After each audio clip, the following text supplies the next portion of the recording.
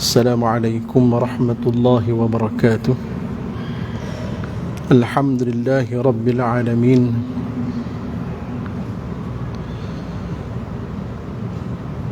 والصلاة والسلام على أشرف الأنبياء والمرسلين وعلى آله وصحبه أجمعين.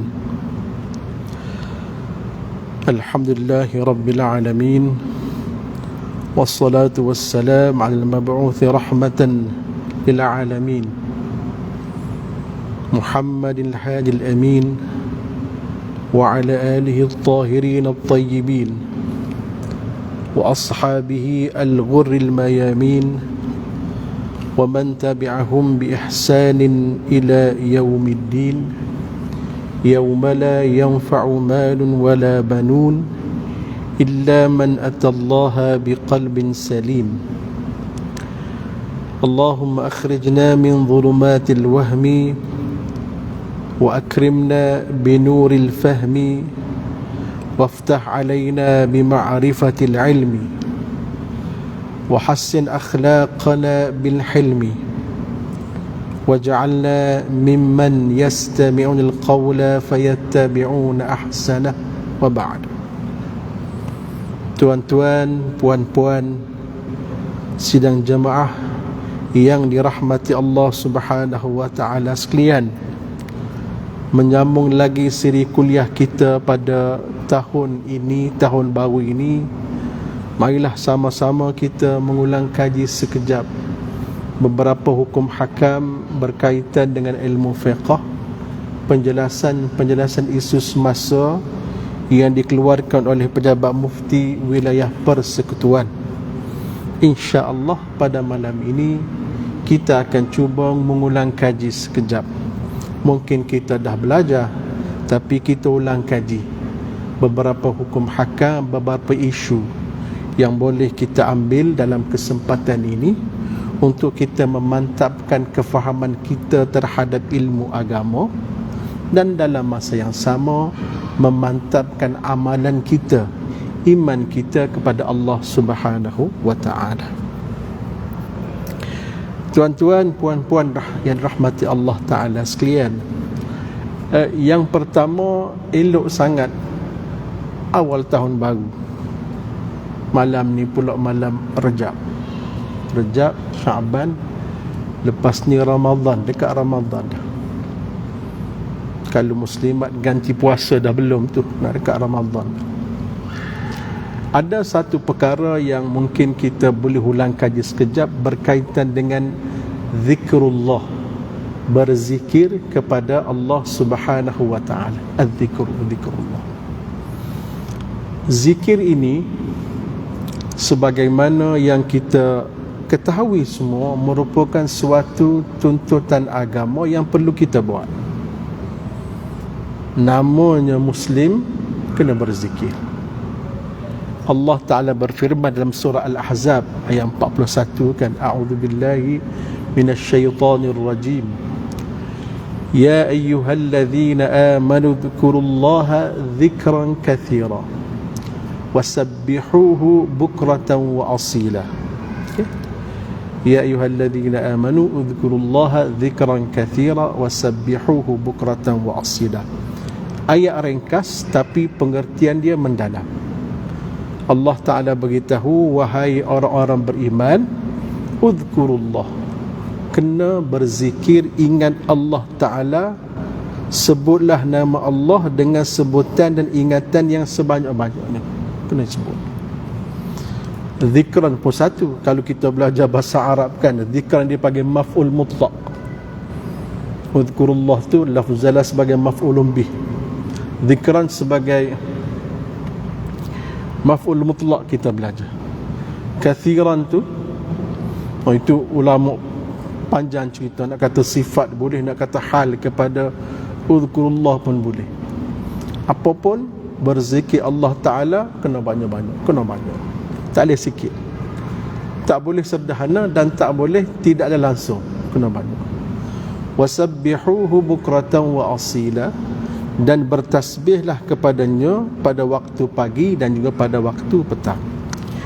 Kaedah Al-Quran ini kalau kita buka Al-Quran, kalau kita perhati, sesuatu perkara yang penting yang mesti kita buat, biasanya Allah Ta'ala dia tak sebut panjang-panjang. Suatu perkara penting, sama ada hukum dia wajib ke sunat ke, tapi benda tu kita perlu buat. Kaedah Quran dia tak sebut dengan ayat yang simbolik yang panjang-panjang, tak ada.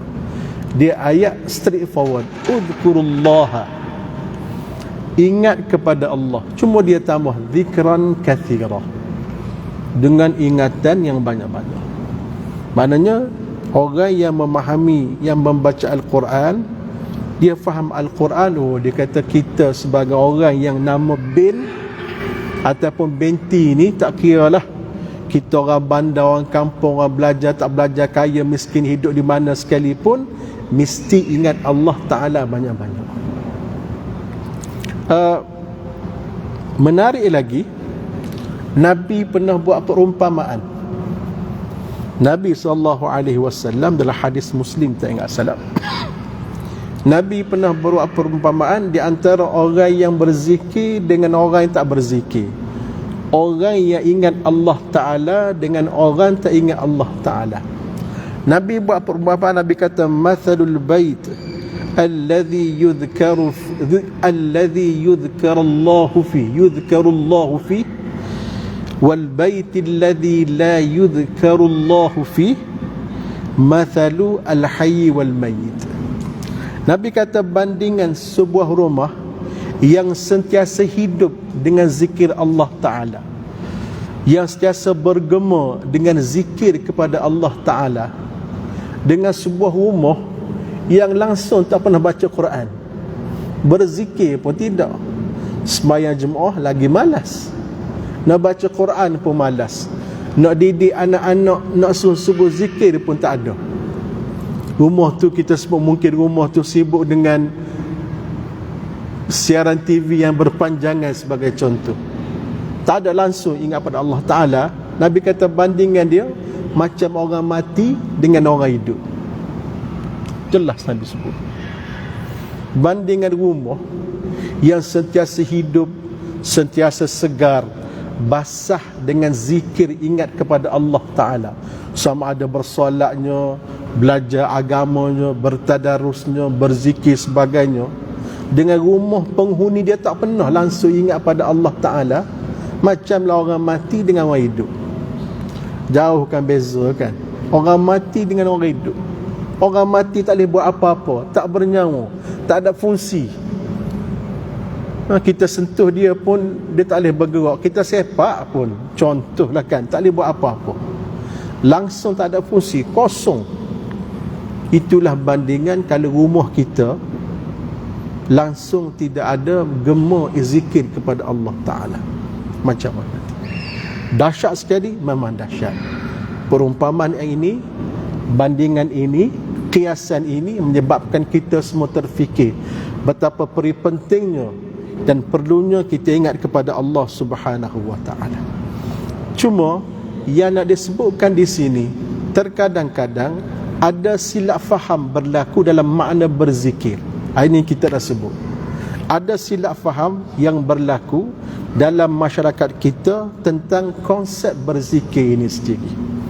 Biasanya kita sebut persimpangan ini, ataupun bukan kata penyelewengan, tapi tersasar ini, ada yang sebelah ke kiri, ada yang sebelah ke kanan, ada yang ekstrim ke kiri, ada ekstrim ke kanan.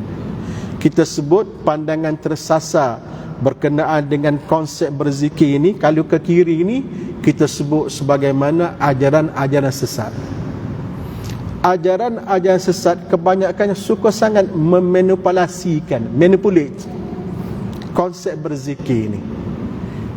Dia ambil maksud tu betul, the form is betul, konteks tak betul. Dia kata kita kena ingat kepada Allah Ta'ala, tapi ingat aje lah, semayang tak perlu kan? Semayang tak perlu, bersolat tak perlu, bayar zakat tak perlu, kadang-kadang tutup aurat pun tak perlu. Ini dipanggil pandangan sebahagian masyarakat yang agak terkiri. oh tak apa kita, walaupun kita ni tak tutup aurat sebagai contoh, tapi hati kita ingat Allah Ta'ala. Ini pandangan tersasar. Kan? Ada orang tak apa, dia kata kita melakukan perkara-perkara jahat, asalkan kita ingat Allah Ta'ala. Ini konsep ingat zikir yang tidak tepat dengan maksud agama yang Nabi ajar, yang Quran ajar kepada kita. Satu. Ada pula yang tersasar tapi dia ke kanan.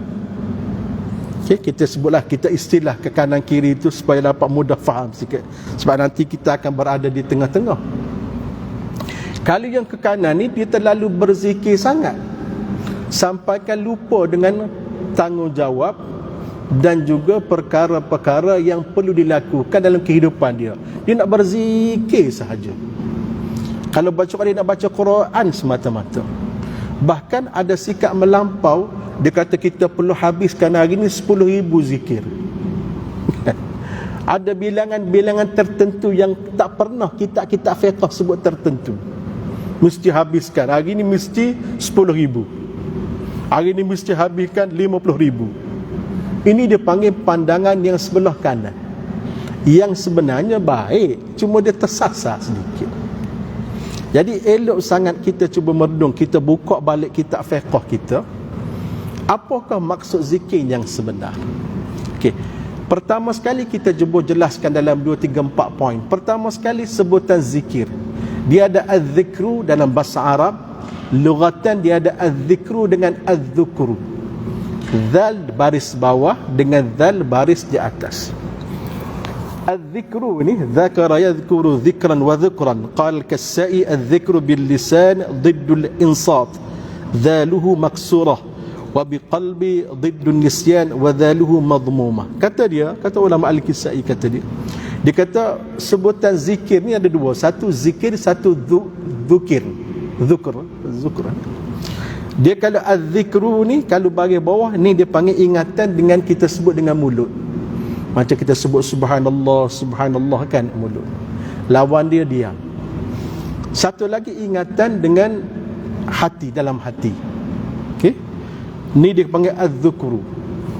Wa didduhu an-nisyan. Opposite dia ataupun lawan dia ialah kita lupa. Okey. Mana zikir ini ialah bermaksud kita ingat.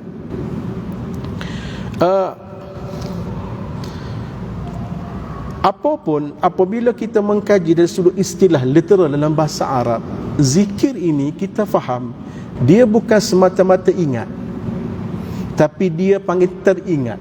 Kita sebut teringat, ataupun dia panggil dengan sebagai perkataan istihdar al-qalbi, kita mendatangkan hati. Dia bukan saja ingat, dia mesti teringat. Oh, ni buat ni betul ke tidak, kan? Ini buat ni Allah Ta'ala redha ke tak redha? Ni buat ni boleh pahala ke dosa? Itu dia panggil az-zikru. Okay? Istihdar, kita mendatangkan hati. Jadi terkadang-kadang tidak semestinya perbuatan baik dia berzikir. Sebagai contoh, orang semayang pun Tuhan marah, Quran tegur. Sebab dia solat tu kepada Allah Ta'ala, tapi tidak ada zikir, tidak ada teringat ataupun mendatangkan hati kepada Allah Ta'ala. Maknanya zikir ini ada satu usaha yang berterusan, yang dibuat, dilakukan oleh hamba untuk semata-mata ingat kepada Allah Ta'ala. Itu dia bagi. Dia bukan amai, jom kita berzikir, tidak. Dia mesti ingat. Daripada pagi sampai ke malam, setiap masa. Ni bangun pagi, kena bangun pagi. Sebab apa ni? Main subuh ni, kan? Dia tak kata tidur kan? Ni bangun pagi ni nak keluar pergi cari rezeki, bekerja ni. Ni tujuan untuk apa ni? Ni sampai petang ni, untuk Allah Ta'ala, nak beri rezeki. Teringat. Nak makan pula. Nak makan apa hari ni? Para ulama nak makan pun beringat. Kita hentam saja. Ulama nak suap teringat, beringat, teringat nak makan ni, ingat ni Allah Ta'ala redha ke tak redha. Saya teringat kepada Tubuh Ni Aziz di Kelantan, pernah dia sebut, dia pernah ambil minuman, dia nak minum, dia letak balik. Ada orang bagi dia pada waktu berehat sekejap di kediaman rasmi, pada waktu berehat sekejap. Ada orang letak rasa aiskrim, mana nak suruh sejuk, aiskrim campur air. Bagilah kat dia nak minum. Dia boleh ambil, tuan-tuan. Dia sebut dia ambil dan dia letak kembali. Dia letak bukan kerana dia letak, tapi dia teringat, aku minum ni macam mana rakyat aku yang miskin. Aku minum ni macam mana kalau kita sekarang di Gaza sekarang ni. Hanya dipanggil az-zikru ataupun istihdar al-qalbi. Sebab itulah para ulama kita menyebut, orang yang berzikir, masyarakat yang berzikir, umat yang berzikir, rakyat yang berzikir, rakyat yang pasti akan mendapat kejayaan. Pasti. Sebab apabila kita berzikir, kita akan sentiasa melakukan ketaatan, melakukan pahala dan menjauhi perkara maksiat dan juga dosa. Yang kita nak buat perkara dosa ni kerana kita terlalai. Kalau kita nak faham satu lagi, maksud az-zikir ini lawan dia ialah an-nisyan wal ghaflah. Lalai dan lupa. Kita ni yang kita tergamak melakukan perkara-perkara yang haram, kita sebut perkara-perkara yang Tuhan marah, kerana kita terlupa, lalai kita. Lupa kita ni hamba Allah Ta'ala. Seorang pencuri, seorang penzina, sampai Nabi sebut kan, orang berzina tidak akan berzina sehingga dicabut iman daripada kepala dia. Orang yang melakukan maksiat ni kena beringat, jangan terlalu suka buat maksiat. Sebabnya Nabi sebut hadis lain, orang yang melakukan maksiat ni Tuhan cabut sekejap. Dalam masalah zina, dicabut iman dia. Dia berzina, lepas berzina Tuhan bubuh semula. Langsung pada masa tu tidak ada iman, tidak ada az-zikru, tidak ada ingat kepada Allah Subhanahu wa ta'ala. Sebab itulah kalau orang yang secara teringat, istihdar qalbi, dia membawa hati dia ingat kepada Allah Ta'ala, pasti umat ini akan berjaya. Kerana umat ini, individu ini akan sentiasa melakukan kebaikan dan tidak akan sekali-kali akan melakukan perkara jahat, mungkar ataupun berdosa kepada Allah Subhanahu wa ta'ala. Itu dia. Kita sekarang ni, isu masalah membunuh diri kan Malaysia tinggi juga. Isu masalah bercerai-berai rumah tangga, isu masalah stres di pejabat. Isu-isu ni zaman Nabi bukan kata tidak ada, pada zaman bukan kata tidak ada, tapi tidak terlalulah rancak macam kita sekarang ini. Mungkin sebab kita ni terlalai, lupa kepada Allah Subhanahu wa ta'ala. Hadis lain Nabi sebutkan, kalau tuan-tuan ingat maknakan, orang bangun sembahyang subuh kan ada syaitan kencing kan, ikatan, syaitan ikat kepala dia. Dia bangun, terurai satu ikatan. Dia ambil wuduk, terurai satu ikatan kan. Dan dia bila solat, terurai semua ikatan yang syaitan duk ikat dia tu. Bayangkan kalau orang ni tak solat, sepanjang hari syaitan duk ikat kepala dia, mana ada berkat? Bagaimana dia nak mendapat rahmat Allah Ta'ala?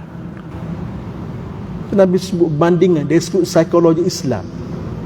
Orang yang tidur tanpa ada keuzuran, syaitan kencing telinga dia. So, kalau telinga kita ni orang kencing, penuh dengan kencing, takkah berbau busuk? Takkah hidup kita pada hari itu akan sempurna? Tak sempurna. Ini penting, sebab tu pentingnya istihdar al-qalbi ini. Maka sebab itulah Islam menyuruh, Islam membuat suatu layout, dia panggil, buat suatu dua bentuk zikir kepada kita untuk kita penuhkan masa. Pertama, zikir ada bentuk khusus. Okay? Kita macam kita bersolat kan, kita baca Quran, kita sembahyang sunat, kita sembahyang tahajud, kita melakukan perkara-perkara baik, menghormati ibu bapa, bayar yuran, bayar hutang, apa lagi kan, jual beli tidak melibatkan riba, Ni pejabat mufti ada baru keluar yang baru fatwa tentang bekerja dalam institusi keuangan konvensional, tidak melakukan perkara-perkara yang haram, ya. Itu dalam bentuk ingat Allah Ta'ala dalam bentuk khusus yang Allah Ta'ala telah garis pandukan buat kita. Mana setiap hidup kita ni disebut Muslim, kita tidak boleh lari daripada Allah Ta'ala. Kita sebut begitu. Muslim ini hidup kita sepanjang masa 24 hours, 24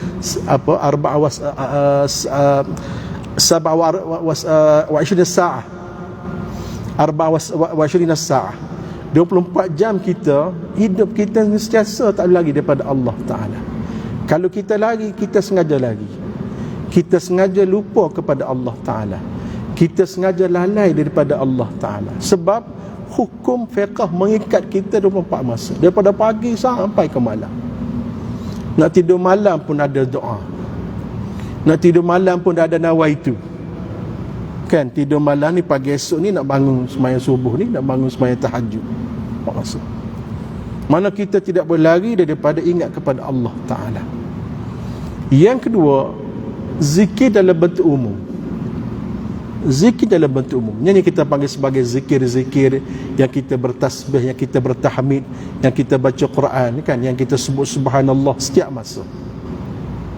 Bahkan Nabi SAW menyebut, ya ayuhan nas tubu ilallahi wastaghfiruh fa inni atubu fil yaumi mi'ata marrah.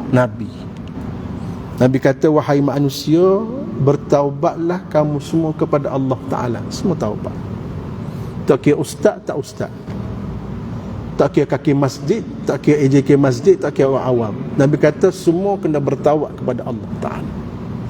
Kenapa? Fa inni atubu fil yaumi mi'ata marrah. Kerana Nabi kata, aku sendiri sebagai contoh teladan, dalam sehari aku bertaubat kepada Allah Ta'ala lebih 100 kali.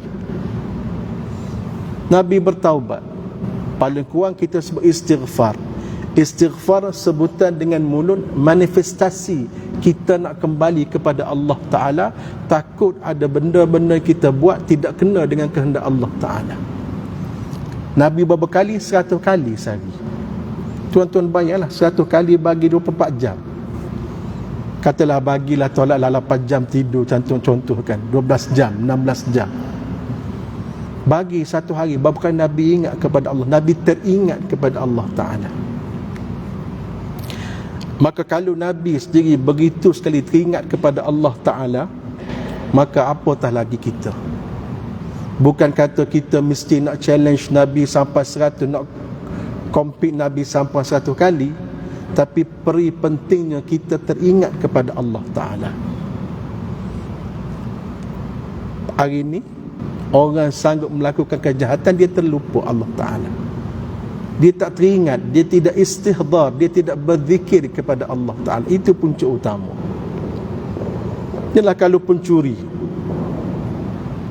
kalau dia teringat kepada Allah Ta'ala, dahsyatnya azab Allah Ta'ala kepada pencuri, besarnya dosa kepada pencuri, kepada besarnya dosa kalau mencuri, dia tak akan buat.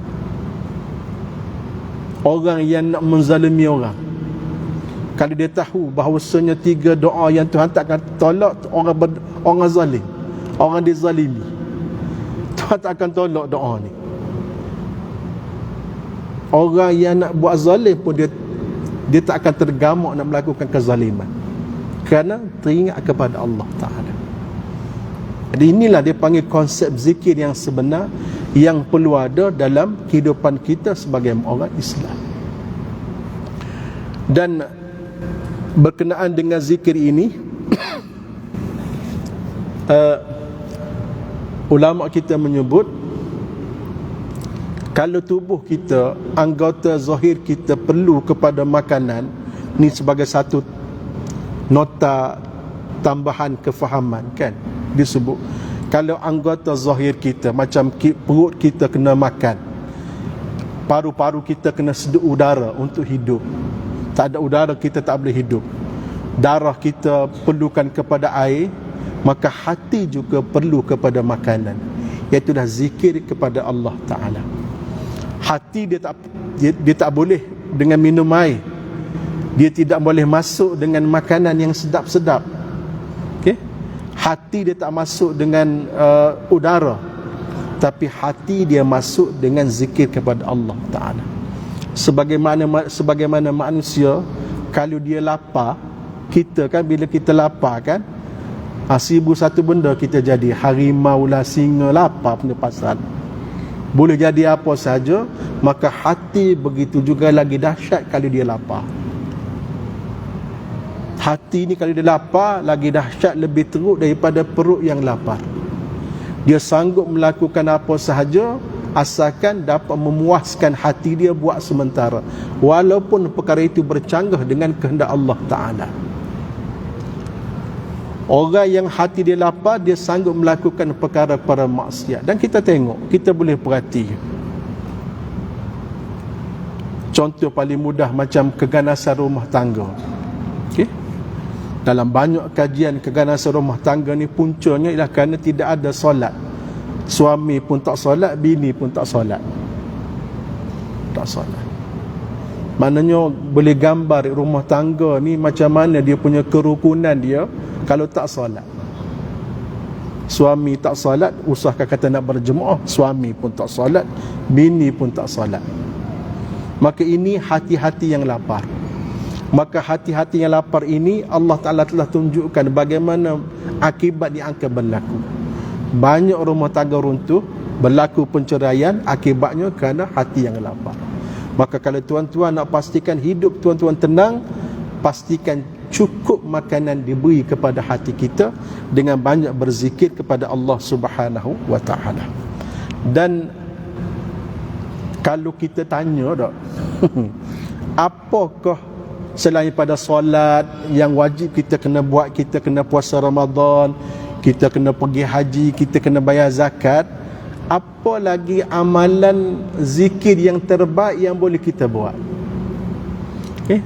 Apakah amalan zikir yang insya-Allah pahala dia besar dan orang tak boleh komen, netizen tak boleh komen? Maksudnya tidak boleh dimanipulasi. Apa dia amalan yang betul-betul original, yang kita buat pasti dapat pahala dan orang tak boleh manipulasi, netizen pun tak boleh komen. Dan biasa amalan ni orang malah buat, jarang orang masuk malah buat, walaupun pahala dia besar. Para ulama kita menyebut tidak ada pahala yang paling besar, sekali dua je: sembahyang sunat, baca Quran, tu je. Rajin, ada wudu, ada tempat bersih, pakai tutup aurat, sembahyanglah sunat. Berapa ratus rakaat, sembahyanglah berapa rakaat, tak ada orang marah. Tapi jarang orang nak buat.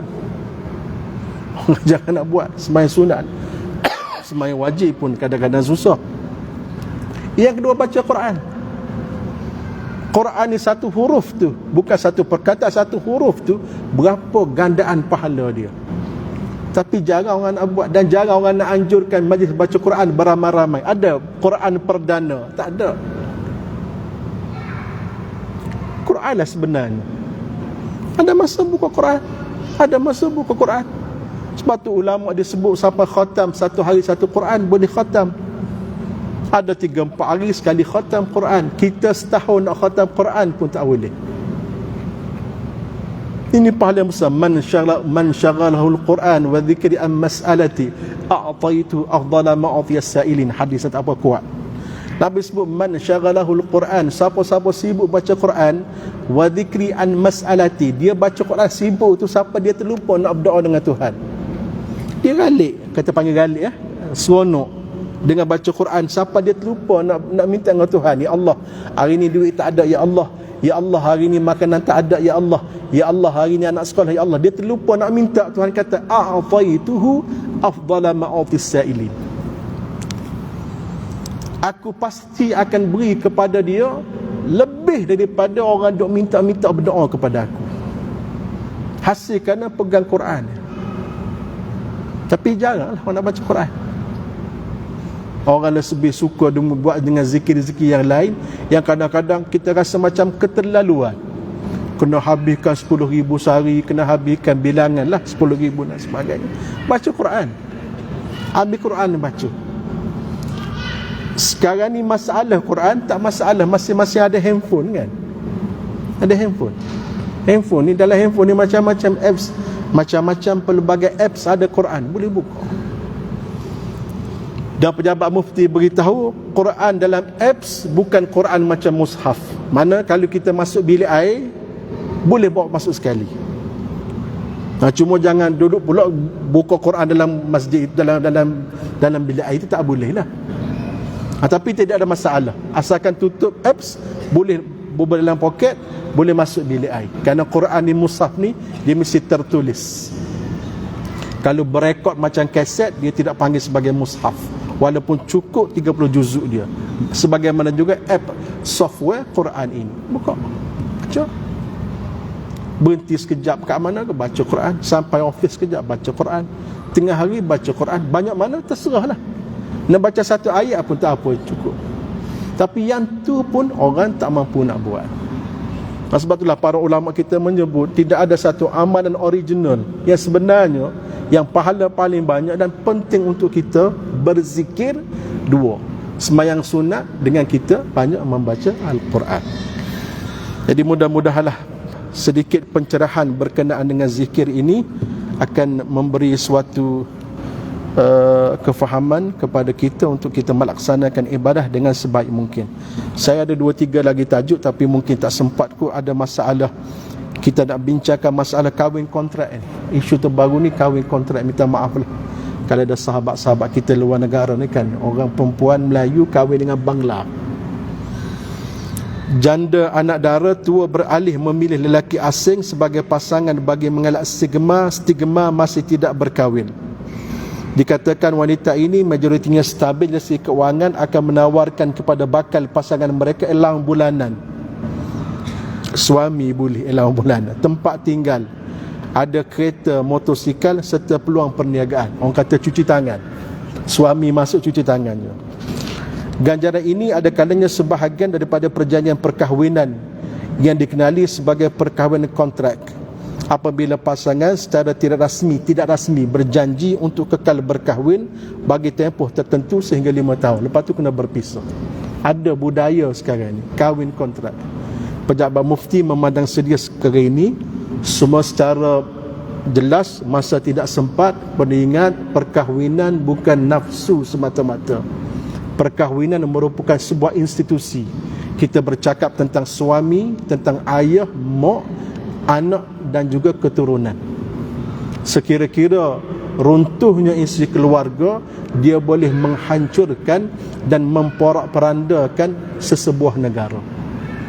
Jadi tidak boleh dipandang hanya sekadar untuk setiap masa kita kahwin untuk tempoh ni je. Itu tidak bertepatan dengan maksud perkahwinan dan agak bercanggah dengan maqasid syariah. Perkara ini sepatutnya cuba dielakkan, bukan tak boleh berkahwin, tapi pastikan berkahwin menepati kaedah syarak. Secara mudah ada 3 bentuk, kita panggil gambaran senario yang kita boleh buat tentang kahwin kontrak ini. Jikalau seseorang itu berkahwin, cukup ada wali, ada saksi, ada tu imam lah, ikut undang-undang, kita katakan sah, walaupun dia berjanji di belakang berkahwin untuk tempoh tertentu. Dan segi fiqahnya sah. La ziwala nikaha illa biwaliyin wa syahidai adlin. Lebih kurang Nabi sebut, tidak ada perkahwinan kecuali dengan wali dan juga dengan ada 2 saksi. Wali sebagai, dia panggil internal control. Yang Nabi suruh wali ni tak boleh wali sebarangan. Orang yang menjaga perempuan tu, kalau dia redha perkahwinan tu, maka perkahwinan tu boleh kata sah. Dan dia ada external control functions. Dia ada 2 saksi yang mengesahkan perkahwinan tersebut. Kalau perkahwinan itu cukup rukun dia, cukup syarat dia, walaupun dia berjanji di belakang tu imam, perkahwinan itu kita katakan sah. Yang kedua, senario kedua, jikalau cukup saksi tapi dia meletakkan syarat-syarat yang bertentangan dengan maksud perkahwinan, maka perkahwinan ini menurut pendapat jumhur ulama kita kata tidak sah. Berdasarkan kaedah ma yathbutu bisyar'i muqaddamun ala ma yathbutu bisyarti. Sesuatu yang syarat telah tetapkan mesti diutamakan berbanding dengan syarat yang diletakkan sebagai kemudian. Kalau kita akad nikah, kamu boleh berkahwin dengan anak saya tapi syarat 5 tahun sahaja. Ataupun seorang seorang tua, orang janda tua, dia letakkan syarat dalam akad, maka perkahwinan tersebut tidak sah kerana syarat ini bertentangan dengan maksud sebenar perkahwinan. Cuma yang menjadi sikit persoalan, jika dia letakkan syarat yang 50-50, nak katakan sah tak sah, yang ni kena rujuk kepada mahkamah dan qadi di tempat tuan-tuan dan puan-puan. Sebagai contoh, saya sebut contoh je kan, bukan kata sah tak sah ni. Katakanlah kita ada anak perempuan nak kahwin dengan seorang Bangla. Kita kata boleh kahwin dengan syarat kamu kena tinggal di Malaysia, tak boleh balik ke Bangladesh. Sebagai contoh, ayat ni saya tak boleh katakan ni dia ada penjelasan yang panjang di kalangan ulama, tapi yang paling penting sekali, benda ni perlu dirujuk kepada qadi dan juga mahkamah syar'i di tempat tuan-tuan dan puan-puan sekalian. Penjelasan lanjut lebih rujuk kepada pejabat mufti berkenaan dengan perkara ini. Sekadar itulah tuan-tuan untuk kali ini, insya-Allah kita berjumpa lagi pada kali yang akan datang. Aqulu qawli hadha wa astaghfirullahal azim li wa lakum wa lisa'il muslimin. Bismillahirrahmanirrahim. Allahumma faqihna fid din wa 'allimna at-ta'wil. Allahumma inna nas'aluka al-huda wat-tuqa wal-'afafa wal-ghina. Rabbana atina min ladunka rahmah wa hayyi' lana min amrina rashada. Rabbana atina fid dunya hasanah wa fil akhirati hasanatan wa qina 'adzaban nar. Wa sallallahu ala Muhammad wa ala alihi wa sahbihi wa barak wa sallam. Alhamdulillahi rabbil alamin.